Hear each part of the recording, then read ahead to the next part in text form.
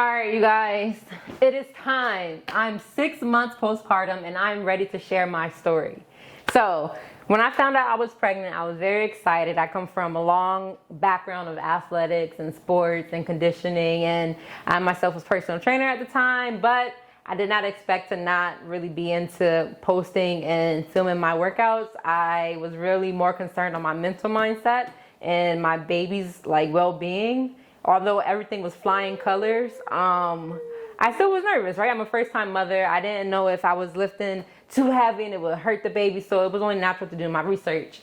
Leading up to today, I am now a certified birth and postpartum doula. Yay me. This is one of the first books that I have read on my journey. If you have any other recommendations, let me know. This is The Birth Partner by Penny Skins. Let me know if there's any more books out there. But if you are if you are a doula, midwife, and you need a book to read, this one is very, very educational. So much good stuff in here. And I plan on referring back to this book when I'm helping my expecting mothers. Just let's dive into my story because this is why we're here, right?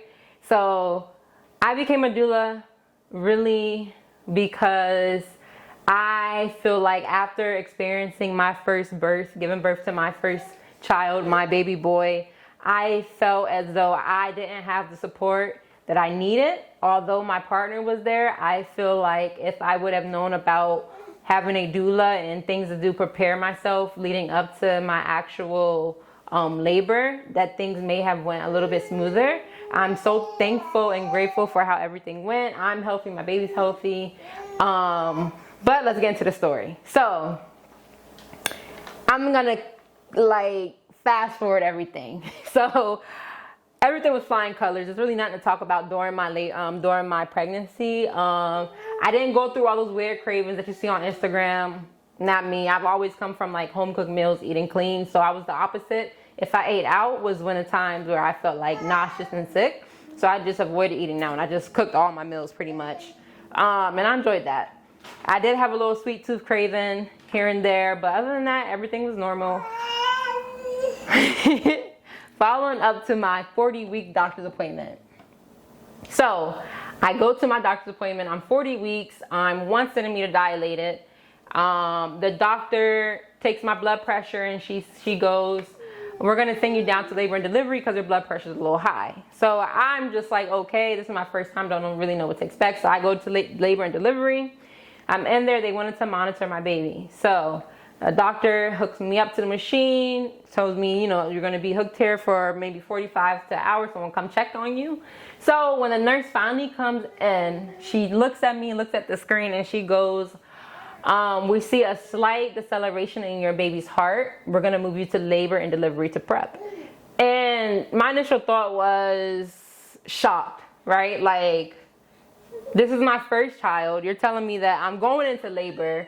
I'm there alone. So I simply told the nurse I would like to wait until my partner and my mother arrive before I, continue on. I had so many questions. Even in a hospital, I started to research things what is the heart deceleration for a baby, the risk, all that. So they moved me to the room. The doctor who I had, she was at first understanding that I wanted to take time and wait for my partner and mother to get there. But I think over the time I started to irritate her, and I didn't care because it's my body, right? I took from 9:30 a.m. was the initial appointment. I got there 9:30. Fast forward 5 to 8 hours later is when I finally decided to consent to being induced. That was the doctor's initial suggestion, right? So she goes, your baby's heart is decelerating. It's almost you jump in a pool and the baby heart, stops. So my argument there, not really argument, but I was trying to understand if it was such a critical thing, right? Why did it take me, or why were things so fine leading up to me agreeing to being induced? I agreed to being induced around 8 p.m. So I spent the whole day praying, talking to my mom, talking to my partner, talking to his mom.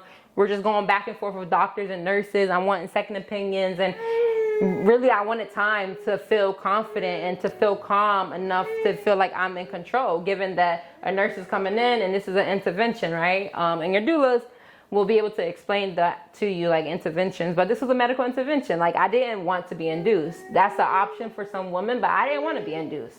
Once I told her that towards the end of the whole day, she simply told me, and this is where having a doula and advocate there for you could really benefit you. My doctor told me if I leave, I have to sign papers saying that I'm okay with taking responsibility if my baby's life ends in fetal death. So, what do you think I did? I obviously stayed there, agreed to being induced. So that right there is the gist of my pregnancy story. The main thing was towards the end, I'm a first-time mother. It's expected for you to go past the 40 weeks. Some women go 2 weeks beyond. If it's no serious risk, you know, monitoring that, the baby growth and all that good stuff, you're gonna be expected to go beyond the 40 weeks, especially if it's your first child. I didn't really know that, although I did all my, like, you know, training and certifications. I just, in the moment, you're in distress, kind of, right? Like, you don't know what's going on. You don't know what to expect. And when you see a doctor, you're expecting, you know, you're looking up to them. They know everything, right? So that right there was just a story. We'll get into part 2. I got to get my son. He's fussy. Hold on. BRB.